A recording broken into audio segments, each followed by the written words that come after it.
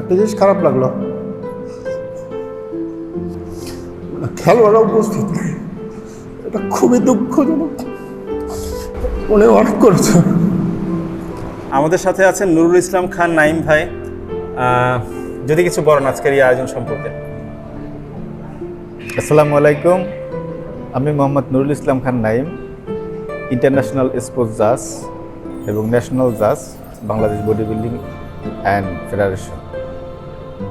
আমি নজরুল ভাই আমার সহযোগী ছিল বহুত বছর ধরে।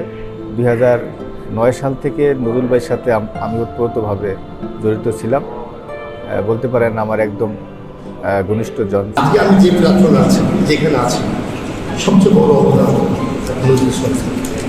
উনি আমাকে সামান্য অনেক ক্ষেত্রে আমাকে এই করে পেরেছেন, সম্মান দিয়েছেন। আজ আমি বাংলাদেশের মোটামুটি সবাই হয়েছে। কারণ সে এমন একটা ব্যক্তি ছিল যার কারণে বডি বিল্ডিং আজকে এই পর্যায়ে। আর আমরা বডি বিল্ডাররা হয়তো বা তাকে ওই সম্মাননা দিতে পারিনি, কারণ একটা যেহেতু আমরা মানুষের ভুল হতেই পারে, তার কারণে ওনাকে আমরা ওই সম্মানটা দিতে পারিনি। আর আমি বেশি বড় করবো না কথা, আজকে ধরেন আমি শেখ জামাল বা ইমরান ভাই বা আমরা যত বডি বিল্ডার আছি, নীলকুমারে যত বডি বিল্ডার আছি, সবাই কিন্তু যখন আমরা স্টেজে উঠতাম, বা আমার কথা যদি আমি বলি, আমি যখন ফার্স্ট কন্টেস্ট খেলার পর যখন আমি বাদ করি, মানে এই একটা ব্যক্তিকে দেখছি যে আমি যে ওনার সাথে সরাসরি কথা বলতে পারছি যে স্যার আমি যে বাদ পড়লাম, কী কারণে বাদ পড়লাম। তো আমাকে সেই টাইমে হেল্প করছে। সেই টাইমে ওই ব্যক্তিটা আমাকে বলছে যে জামাল তোমার এটা না, এটা তুমি একটু ডেভেলপ করো, তুমি ভালো কিছু করতে পারবা। এই জিনিসটা কিন্তু বেশিরভাগ বডি বিল্ডিংয়ের যে আপনার জাজরা থাকে, এটা কিন্তু শুধুমাত্র বাংলাদেশে এটা পসিবল। ইন্টারন্যাশনালি কোনো জায়গায় কিন্তু এরকমভাবে কথা বলা যায় না কোনো জাজের সাথে, কোনো সুযোগই নেই।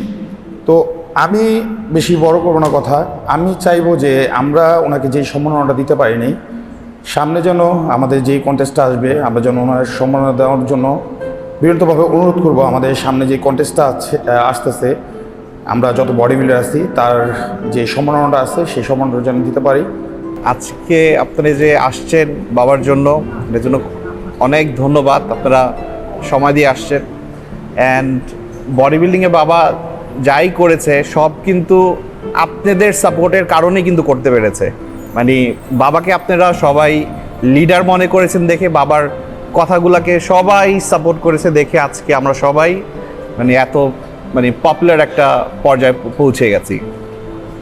তো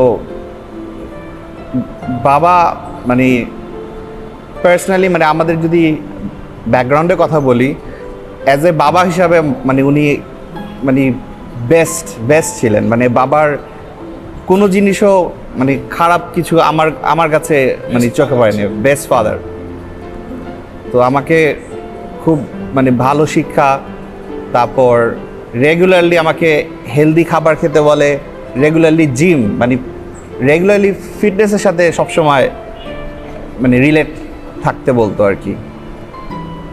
তো যাই হোক, এখন আমাকে আপনারা সবাই গাইড করেন যে কিভাবে মানে বাবার জন্য দোয়া বা দান কিভাবে কি করলে বাবার কি এগুলা নেকিগুলা যায়। সো ওইভাবে আমাকে একটু গাইড করেন। তো এই বলে আমি আমার বক্তব্য শেষ করলাম। Thank you.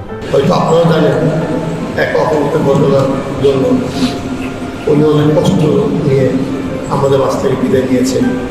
আজ আমরা বুঝতে পারছি আসলে স্যার কী ছিলেন, আমরা কতটুকু পিছিয়ে গেছি এবং ওনার কতটুকু উনি আমাদেরকে ভালোবাসতেন, বডি বিল্ডিংকে কতটুকু ভালোবাসতেন, খেলোয়াড়দের কতটুকু ভালোবাসতেন।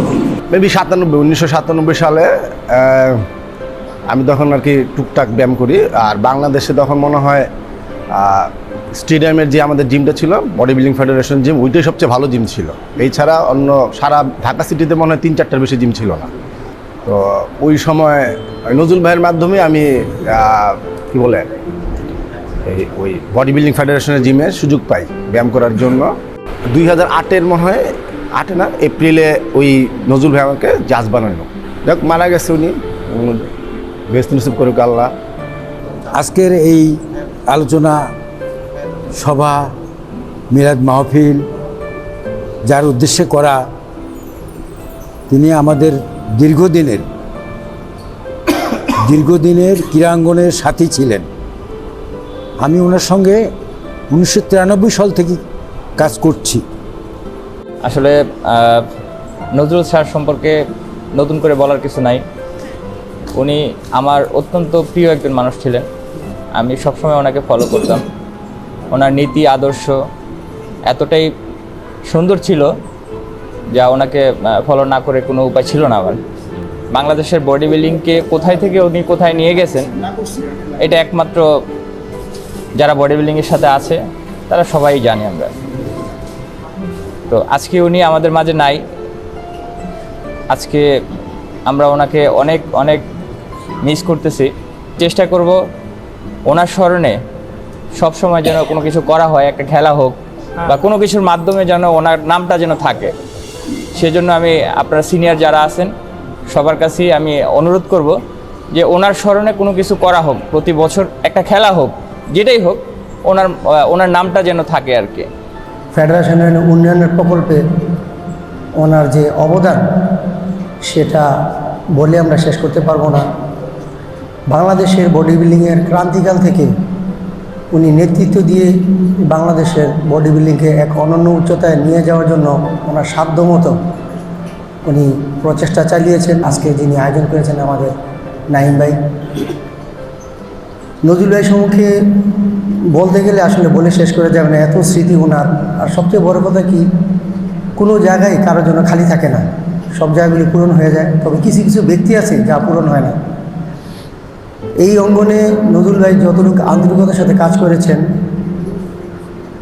উনি এই ভঙ্গুর বডি বিল্ডিংকে টেনে এনে কোথা থেকে কোথায় এনেছেন, মানে আধুনিকায়নে ওনার যে কতটুকু অবদান। ফেডারেশনের যে কোনো কর্মকাণ্ডে অন্তত নজরুল ভাইকে যাতে শ্রদ্ধার সাথে স্মরণ করা হয়, এই অনুরোধটা আমার ওনার প্রতি থাকবে। আসলে নজরুল ভাইয়ের হাত ধরে আমরা অনেকেই এখানে আসছি, আমরা একটা পরিবার ছিলাম। আধুনিক বডি বিল্ডারের যে প্ল্যাটফর্মটা উনি নজরুল ভাই তৈরি করে দিয়ে গেছে। কারণ আমরা এক সময় যখন খেলাধুলা করতাম, বডি বিল্ডিংয়ে যখন আমরা কম্পিটিশন করতাম, তখন আমরা মোহাম্মদ আলী বক্সিং স্টেডিয়ামে তখন আমরা ওইখানে আমরা খেলায় অংশগ্রহণ করতাম। সেখানে আলো বা স্টেজে এরকম কোনো ছিল না, কোনো মতো আমরা শুধু খেলাধুলা চালিয়ে যেতাম। আর আমাদের এই বডি বিল্ডিং ফেডারেশনকে উন্নত করার জন্য, আধুনিক খেলা উন্নয়নের জন্য একমাত্র নজরুল ভাইয়ের বিকল্প কেউ নাই। কারণ কি, যে বাংলাদেশের মধ্যে যতগুলি ফেডারেশন আছে সে 52টা না 54টার মধ্যে, এই ফেডারেশনের মধ্যে একমাত্র যদি স্বচ্ছ কোনো সেক্রেটারি ছিলেন একমাত্র নজরুল ভাই। উনি ওনার ডিসিপ্লিন এবং ওনার যে কর্মদক্ষতা এবং যে সুন্দরভাবে খেলাগুলিকে উনি চালিয়ে নিয়ে গেছেন তা সবার মনে জানে যে উনি কীরকম লোক। আরেকটা কথা বলবো যে নজরুল ভাই আমাদের মাঝে নাই, কিন্তু আমরা ওনাকে স্মরণ করি। আমি মনে করবো যে সারা জীবন যেন আমরা ওনাকে আমরা এই খেলাধুলা যখন হবে, বডি বিল্ডিং খেলা হবে, ওনাকে স্মরণ করে যেন আমরা সবসময় খেলাটা চালিয়ে যেতে পারি। আমরা আসলে নজরুল ভাই কেমন লোক ছিল এটা আমরা কিন্তু সবাই কিন্তু কম বেশি জানি, কারণ আমরা আজকে এখানে যারাই আছি তারা সবাই নজরুল ভাই পরিচিত। সুতরাং নতুন করে কিছুই বলার নাই। নজরুল ভাইয়ের সাথে আমি জয়েন্ট সেক্রেটারি এবং ভাইস প্রেসিডেন্ট হিসাবে আমি কাজ করেছি। অনেক জিনিসে ওনার সাথে আমার অমত ছিল, অনেক জিনিসের অনেক মিল ছিল। উনি প্রথম দিকে অনেক কিছু শুনতেন, পরবর্তী দিকে আমাদের সাথে একটু তিক্ততা হয়, যেগুলো আমরা জানতে চাইতাম, যেগুলো জিনিসগুলো আমরা বলতে চাইতাম যে নজরুল ভাই এইভাবে করেন ওইভাবে করেন। জানি না, হয়তো ওনার কাছে ওরকমই মনে হয়েছে, আমাদের চেয়ে রাইট মনে হয়েছে। কিন্তু যেটাই হোক, নজরুল ভাই ব্যক্তিগত নজরুল ভাই, এবং আমার মনে হয় এখানে যারা আছে সবচেয়ে বেশি কিন্তু নজরুল ভাইয়ের সাথে আমিই ছিলাম। সুতরাং ব্যক্তি নজরুল ভাই অসম্ভব ভালো লোক ছিলেন, এবং আমি প্রতি শুক্রবারে ওনার কবরস্থানে যাচ্ছি আপনাদের দোয়ায়। এবং যাই কিছু হয় ভুলভ্রান্তে আমরা সবাই নজরুল ভাইকে মাফ করে দিব, এবং নজরুল ভাইয়ের ওসিলায় এই আমরা যারা আছি আমরা সবাইকে মাফ করে দিব এবং ওনার জন্য দোয়া করব। আপনারা সবাই ভালো থাকবেন। আমরা যেন আর এই মারা যাওয়ার পর যেন লোকটা ভালো ছিল এই বক্তব্য যেন আমরা না দেই। আমরা বেঁচে থাকতেই আমরা সবাইকে সম্মান করব, ভালোবাসবো। আজকে সায়েদ পয়েন্ট ফিটনেস জোনের পক্ষ থেকে নজরুল স্যারের স্মরণে এই দোয়া মাহফিল। তো আমার বডি বিল্ডিং দীর্ঘ যে সময়টা পুরোটাই নজরুল স্যারের সাথে। আমি যখন খেলোয়াড় ছিলাম তখন থেকে নিয়ে এই পর্যন্ত এই বিচারকের দায়িত্ব পর্যন্ত ওনারই পুরোটা অবদান ছিল। তো ওনার ধ্যান জ্ঞান শ্রম পুরো জীবনটাই কাটিয়েছে উনি বডি বিল্ডিংয়ে। সবাইকে নিয়ে ভালোভাবে বডি বিল্ডিংটাকে গড়ার চেষ্টা করছিল। তো হয়তো মতবিরোধ ছিল কারোর সাথে, কিন্তু সবাইকে কাছে নিয়ে উনি এই বডি বিল্ডিংটাকে এগিয়ে নেওয়ার জন্য যথেষ্ট চেষ্টা করেছেন। তবে আজকে একটা জিনিস খারাপ লাগলো যে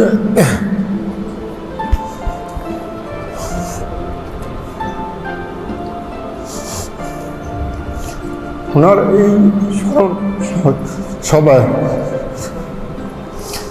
খেলোয়াড়রা উপস্থিত নেই, এটা খুবই দুঃখজনক। উনি অনেক করেছেন। যাই হোক, আমরা সবাই চেষ্টা করব ওনার স্মরণে একটা ভালো কিছু করার, আর বল বিল্ডিংটাকে সবাই এগিয়ে নিয়ে যাওয়ার। ধন্যবাদ। আমি ট্রেজারার ছিলাম, উনি ছিলেন জেনারেল সেক্রেটারি।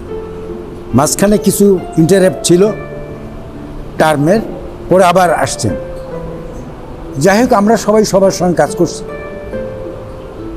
নজরুল ভাইয়ের তার এডুকেশন, তার বিহেভিয়ার, তার লিডারশিপ, তার টেকনিক্যাল নলেজ এবং বডি বিল্ডিংয়ের প্রতি তার যে মমত্ববোধ, ভালোবাসা, সেটা আমি না, আপনারা সবাই স্বীকার করবেন এবং মেনে নেবেন। আমি ওই গত 1 তারিখের ক্রীড়া জগতে তার সম্বন্ধে একটা আর্টিকেল লিখছি। সেখানে আমি ডিসক্রাইব করছি স্পোর্টসটা বেশি করে আমি আনি নাই, শুধুমাত্র তার ব্যক্তি জীবন, এডুকেশন ক্যারিয়ার এবং তার পারফেকশন ওরিয়েন্টেড কিছু বিষয় আমি যেটা তুলে ধরছি অ্যাজ এ ম্যান। যাই হোক, উনি চলে গেছেন আমাদের মাঝ থেকে। আমার আর ওনার বয়সে কোনো পার্থক্য ছিল না, সেম বয়সে। আমারও জন্ম 1951 সালে, তোমার বাবার জন্ম বোধহয় 70 বছর বয়স। আরে বাবা, আমিই তো 70। আমি কি 70 কম নাকি? না, 51 সঙ্গে বললেন তাহলে তো হয় না তো।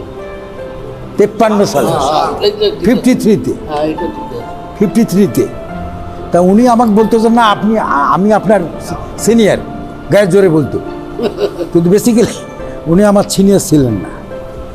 যাই হোক, মৃত্যুর মাস 1.5 আগে আমি তাকে টেলিফোন করলাম যে ভাই, আপনি এক কাজ করেন, আপনার তো ধন সম্পদ আছে, আপনি একটু থাইল্যান্ডে যান, আমি একটা হাসপাতালের লিঙ্ক দেই, ওখানে গিয়ে চেক আপটা করেন, করে দেখে ডায়াগনোসিস করে তারপর ঢাকায় এসে ট্রিটমেন্ট করিয়েন। কিন্তু আপনি যদি রোগে না জানেন, আপনার এখানে ডিটেক্ট করতে পারতেছে না, ডায়াগনোসিস হচ্ছে না, বাংলাদেশের ট্রিটমেন্টের এই অবস্থায় আপনি তো একটা চক্রের মধ্যে পড়বেন। তো বলে হ্যাঁ, দেখি। আচ্ছা, আপনি নাম্বারটা দেন। কিন্তু বেসিক্যালি ওগুলোতে উনি কোনো সহায়তায় দেন নেই। উনি অনেকটাই সেলফ সেন্টার্ড চিন্তা ভাবনার মানুষ ছিলেন, এটা ক্লিয়ার। যাই হোক, আল্লাহ তাকে নিয়ে গেছে, ম্যাচিউরড এজেই নিয়ে গেছে। আমাদের দেশের প্রেক্ষাপটে 70 বছর কিন্তু একটা ম্যাচিউরড এজ। তারপরে যদি বেশিটা হলো ওটা গ্রেস পয়েন্ট। 70, 75, 80, 90, 96 পর্যন্ত মানুষ বাঁচতে পারে, that is grace point. Anyway, শৌখিন মানুষ ছিল তো, ভেরি মাচ শৌখিন মানুষ ছিল। একটা সামান্য ঘটনা বলেন, দেখেন কীরকম, মানে নিজেকে এত স্কুইজ করে রাখতো। উনি, আমি এবং একটা বডি বিল্ডার নিয়ে আমরা মঙ্গোলিয়া যাচ্ছিলাম।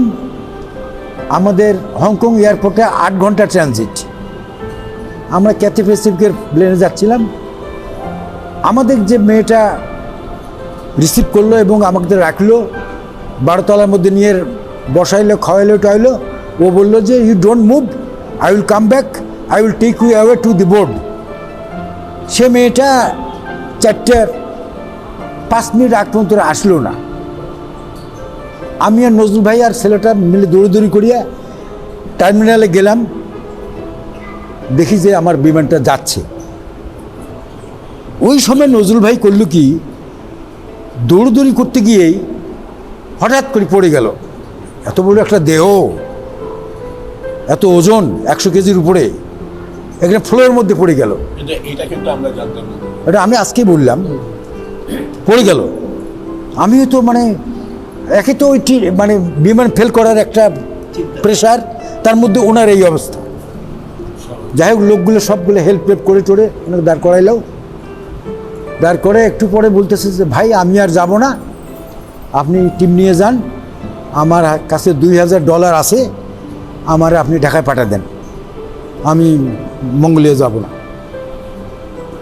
আমি বলেন কি, আপনি হলেন টিম লিডার, এখানে জিওতে আমরা আসছি সরকারি আদেশে, সরকারি টাকায়।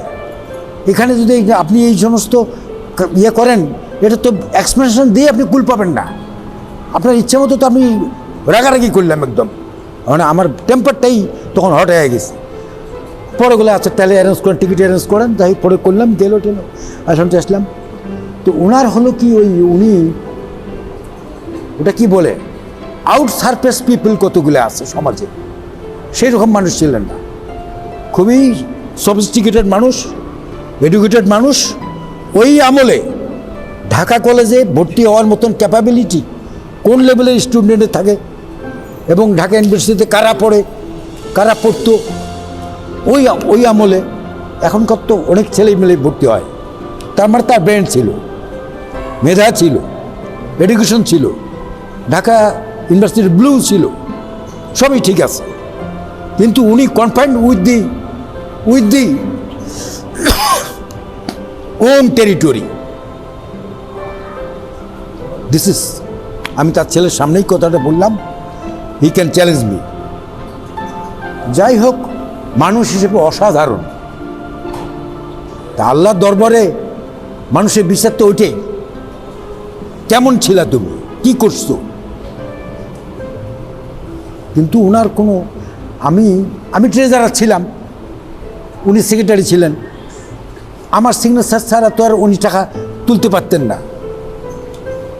আমি এইখানেই বলতেছি, আমাকে জীবনে কোনো দিন এই 40 বছর ওনার সঙ্গে থাকার এবং ফেডারেশনের দায়িত্বে থাকা, ধরেন 22-23 বছর, কোনো দিনই বলে নাই যে জয় সাহেব একটা চেক দেন তো, আমি এত টাকা তুলবো, এটা আমার পার্সোনালি লাগবে, বা চেক দিতে হলে আমাদের একটা বাজেট করতে হয়, কী পারপাসে চেক তো উইথড্র হবে, খেলার কোন অংশের জন্য উইথড্র হবে, সেইটা আবার নোট বইয়ে থাকে, ক্যাশ বইয়ে থাকে, চেক বইয়ে থাকে।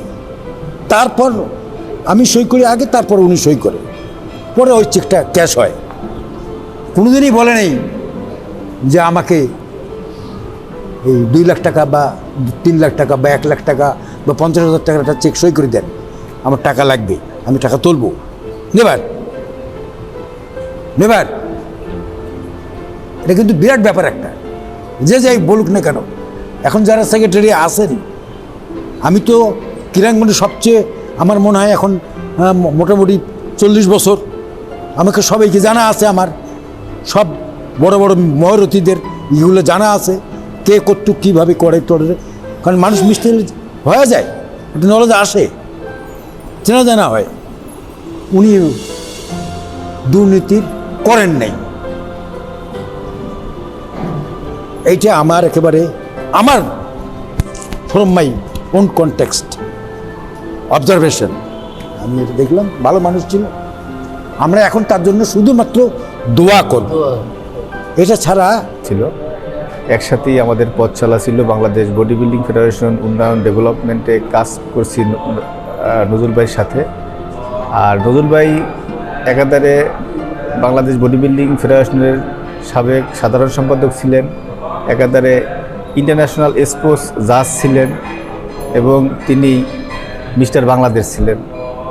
তিনি খুব ভালো এবং সৎ লোক ছিলেন এবং তিনি বডি বিল্ডিং এগিয়ে নিতে অক্লান্তভাবে কাজ করে গেছেন। তো সেই তার প্রেক্ষাপটেই আজকে south point fitness zone mister Dhaka body building competition করে থাকে প্রতি বছর। সাউথ পয়েন্ট ফিটনেস জোনের আয়োজনেই আজকে এই দোয়া মাহফিল ও আলোচনা সভা আয়োজন করা হয়েছে তার রুহের মাগফিরাতের জন্য। জি, অনেক সুন্দর আয়োজন। আর বডি বিল্ডিং সম্পর্কে যদি আপনি কিছু বলতে চান, এটা ভবিষ্যৎ বা বর্তমান সিচুয়েশন পরিস্থিতিটা বা আপনি কিভাবে দেখছেন? আসলে বডি বিল্ডিং ফেডারেশন নজরুল ভাই থাকাকালীন সময় বাংলাদেশের আধুনিক যে বডি বিল্ডার বা বডি বিল্ডিং সেটা উনি করে গেছেন। একসময় বডি বিল্ডিং অনেকেই চিনত না, বাংলাদেশের মানে আনাচে কানাচে সবাই চিনত না, কিন্তু নজরুল ভাইয়ের সময়কালীন সেই 2009 সাল থেকে শুরু করে অদ্যাবধি পর্যন্ত নজরুল ভাই থাকাকালীন সময় বাংলাদেশের আনাচে কানাচে বডি বিল্ডিং ব্যাপকভাবে ছড়িয়ে গেছে তার অক্লান্ত পরিশ্রমের মাধ্যমে। এবং তিনি বিভিন্ন টিভি মিডিয়া লাইভ প্রোগ্রামের মাধ্যমে একদম মফস্বল বডি বিল্ডিংটাকে ছড়িয়ে দিয়েছেন। জি, আচ্ছা, আপনাদের এই জিমটা কোথায় এবং এখানে যদি কেউ ভর্তি হতে চায় ছেলে মেয়েদেরও ব্যবস্থা আছে নাকি, এই ব্যাপারে যদি কিছু বলেন? আমাদের জিমটা হলো সাউথ পয়েন্ট নগর ব্যায়ামাগার। এটা মতিঝিল গোপীবাগে অবস্থিত, বাংলাদেশ ব্যাংকের পিছনে।